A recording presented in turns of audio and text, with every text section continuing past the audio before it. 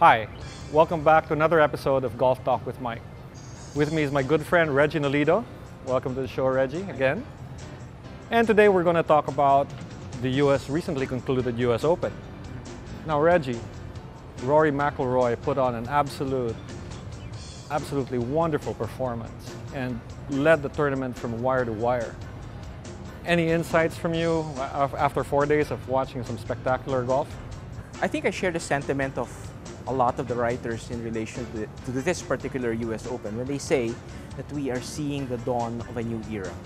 I think this is the next superstar of golf. Rory McIlroy represents the new golfer of today.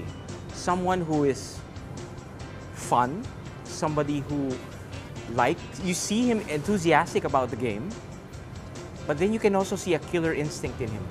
And he doesn't seem to take himself too seriously. That's right. Which is a refreshing change as far as I'm concerned. There was an article actually that just came out that said that they are glad that he is not like Tiger. Tiger was always a person who was so focused, who was always so domineering. This guy is a guy who after his round would give his balls out, who would talk to kids, would talk to his fans, would smile in the course. And people find that refreshing. The other thing about Rory is that he's not adverse to going out and having a beer with his mates, right? I mean, he and Graham McDowell were very close, and his win really gave Northern Ireland two back-to-back US Open champs.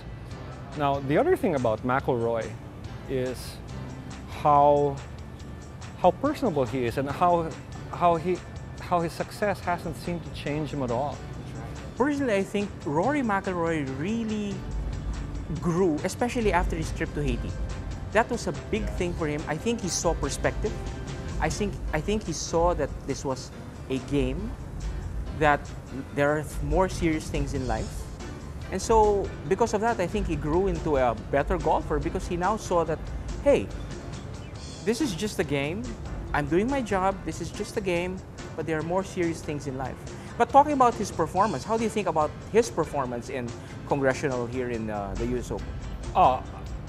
Well, what can we say? He obliterated just about every record in the US Open, you know, except for Tiger Woods' largest winning margin at Pebble Beach. It was just I mean, what can you say? He broke every single record. He dominated, he led from start to finish. No one was even close. Now, I think the only thing that can derail McIlroy at this point is if he starts tinkering with his swing, right? I mean, that swing is a thing of beauty. And what's more important in my eyes is that it's natural. It's second nature to him. He doesn't think about it. He gets up there, takes a look, takes his stance, and lets it go. And it's that freedom, you know, being able to swing so freely, that I think really separated him from the rest of the field. I think one thing that he also worked on was his putting. A lot of people were saying that his putting was suspect. And so he went to Dave Stockton, took a lot of lessons. And I think the one thing that Dave Stockton taught him that really helped is precisely that. Don't think about it too much. Right. Let it go. If you notice, he'd look at his line, he'd get a feel for it just behind the ball. He'd go up to his ball, set the putter on the ball, and then go. Let it go. And I think that really helped loosen him up in how he was putting that all 4 days. Yes. And it really helped. It's just so significant that out of 72 holes, he only had 1 3-putt. Just when it was insignificant. And this is supposed to be on the hardest greens on the That's right. You know, in golf, That's right? That's right. So Reggie and I are both in agreement that Rory McIlroy is the next superstar of golf. Time's run out on us so quickly, Reggie. We didn't even have time to get to some of these other things we wanted to talk about.